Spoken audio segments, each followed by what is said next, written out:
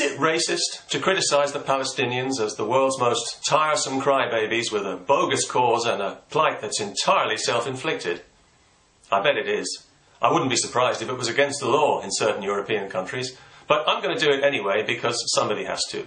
And I realise I'll probably lose a few friends with this video, but that's okay. Friends like that I can do without. All any of us can do is to tell the truth as we see it. I mean, as we actually see it, and not as we think we're supposed to see it. The worst thing you can do is to see the truth and to tell a lie, and I see the Palestinian cause as a lie. A lie designed to exploit Western liberal guilt, like the lie of Islamophobia and the lie of the mythical religion of peace that nobody has ever seen in action. I used to be a lot more critical of Israel, and I used to believe there was a fairly simple two-state solution because I used to believe the Arabs were acting in good faith. I still want to believe that, but the evidence tells me I'd be a fool to believe it. Because I've seen that every concession Israel makes is met with more demands and more excuses not to negotiate.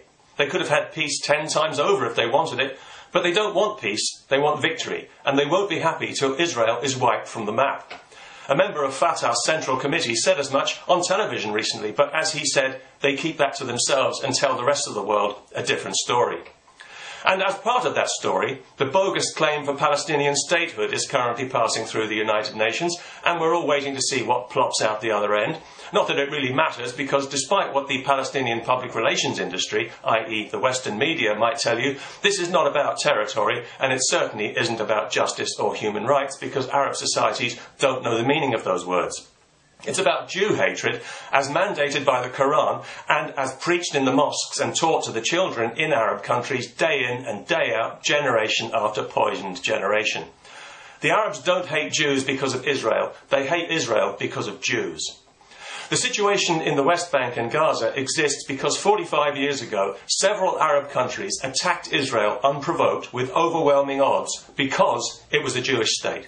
If it hadn't been a Jewish state, they wouldn't have attacked it. And they attacked with the intention of wiping it from the map and of committing genocide. But they failed because the Jews had a bit more steel in their blood than the Arabs had bargained for. And who could be surprised after what they'd been through, and after seeing how the rest of the world had responded to their plight? Large numbers of Jews could have escaped the Nazis if they'd had somewhere else to go, but other countries wouldn't let them in. The Mufti of Jerusalem at the time was a friend of Hitler's, and, good Muslim that he was, he approved of the final solution and had plans for his own Holocaust in the Middle East once the Nazis had won the war. So who can blame the Israelis today for defending themselves as if they mean it, when they know they're dealing with people they know they can't trust and who they know hate them enough to want to exterminate them as a people? Anybody else in their situation would behave the same way. I know I would, and I wouldn't apologise for it. Israel is surrounded by enemies. Peace is more in their interest than in anyone else's, which is why they keep making concessions. But it's not in the interest of the Palestinian leadership. Peace is the last thing they want. They need to keep the pot boiling. They need to keep their people angry and resentful and hating Jews. Peace would ruin everything because they won't be happy until Israel is wiped from the map and the Jews have been driven into the sea. If they really believe that's going to happen, they're insane. And if they don't really believe it, they're even more insane, wouldn't you say? And all you good-hearted Western liberals who keep banging the drum for the poor Palestinians, I sympathise with you because you're doing it for the right reason. But you're being used and exploited, just as the people in the West Bank and Gaza are being exploited by people who have no intention of negotiating peace because they're driven primarily by crude, irrational religious hatred. When you protest for Palestine, you know you'll be in the company of people calling for Jews to be gassed. Do you think that's an accident? You're dealing with something here beyond politics and beyond reason. Something truly ugly that drives a spike through all your cosy left-right assumptions, and your naivety is helping to stoke it like bellows to a fire.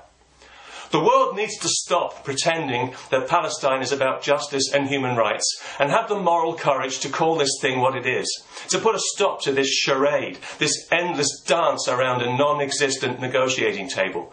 We need to do the Arabs a huge favour and tell them the truth they so badly need to hear, that their hatred is the cause of their misery. They become prisoners of it. It has come to define their very identity. And until they can find a way to remove this ugly stain from from their hearts. They'll always be chained to it, and they and their children will never be free, Arab Spring or no Arab Spring.